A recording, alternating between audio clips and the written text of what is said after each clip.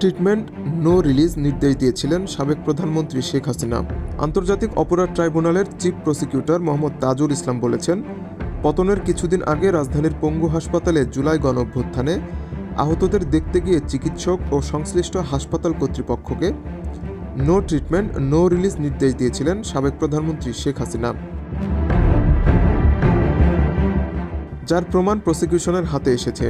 রোববার 23 ফেব্রুয়ারি শুনানি শেষে ট্রাইব্যুনালের প্রসিকিউশন অফিসের সম্মেলন কক্ষে এক প্রেস ব্রিফিংয়ে গণমাধ্যম কর্মীদের একথা জানান তিনি। তাজুল ইসলাম বলেন, আমরা রাজধানীর জাতীয় অর্থোপেডিক হাসপাতাল ও পুনর্বাসন প্রতিষ্ঠান বা পঙ্গু হাসপাতালে যখন পরিদর্শনে গিয়েছিলাম, তখন সেখানে চিকিৎসারত আহত রোগী ও তাদের স্বজনরা আমাদের জানিয়েছিলেন, শেখ হাসিনা পালিয়ে যাওয়ার আগে একবার হাসপাতাল পরিদর্শন করতে গিয়েছিলেন।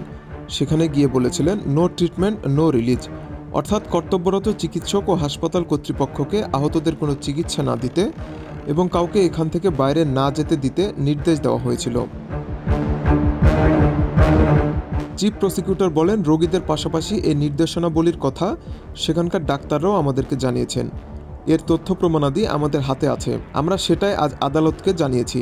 সাংবাদিকদের এক প্রশ্নের জবাবে তিনি বলেন, জুলাই আগস্ট গণঅভ্যুত্থান চলাকালে আমাদের সে সকল সন্তানরা শহীদ হয়েছেন, তাদের মৃতদেহ প্রশাসনের নির্দেশে সুরতাহাল করতে দেওয়া হয়নি। কাউকে ডেথ সার্টিফিকেটও দেওয়া হয়নি। এমনকি গুলিবিদ্ধ অবস্থায় হাসপাতালে যাওয়ার পর যারা সেখানে শহীদ হয়েছেন তাদের ডেথ সার্টিফিকেট গুলিতে মারা গেছে এই কথাটিও লিখতে দেওয়া হয়নি। শ্বাসকষ্ট কিংবা জ্বরে মারা গেছে এ ধরনের কথা লিখতে বাধ্য করা হয়েছে। আন্দোলনে শহীদের লাশ দাফন করতে যাচ্ছে জানতে পারলে রাস্তায় পুলিশ তাদের পরিবারের উপর হামলা আক্রমণ করেছে। তিনি বলেন, আদালত আমাদের কাছে জানতে চেয়েছেন যে শহীদদের সুরতাহাল প্রতিবেদন বা পোস্টমর্টেম রিপোর্ট খুবই গুরুত্বপূর্ণ সাক্ষ্য এবং কেন সেগুলো নেই। আমরা আদালতকে জানিয়েছি যে সেই মুহূর্তে মানবতাবিরোধী অপরাধের মাত্রা এতটাই ভয়াবহ ছিল যে দ্রুত শহীদদের লাশ দাফন করতে বাধ্য করা হয়েছে।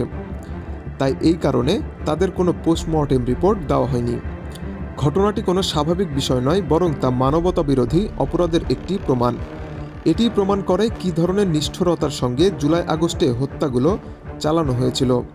সাবেক প্রধানমন্ত্রী শেখ হাসিনার এমন নির্মমতার প্রমাণসমূহ যথাযথ প্রক্রিয়া অনুসরণ করে যাচাই বাছাই ও ফরেনসিক করার পর গণহত্যা ও মানবতাবিরোধী মামলার প্রমাণের সাথে সম্পৃক্ত করে আদালতের কাছে হস্তান্তর করা হবে বলে জানান তিনি।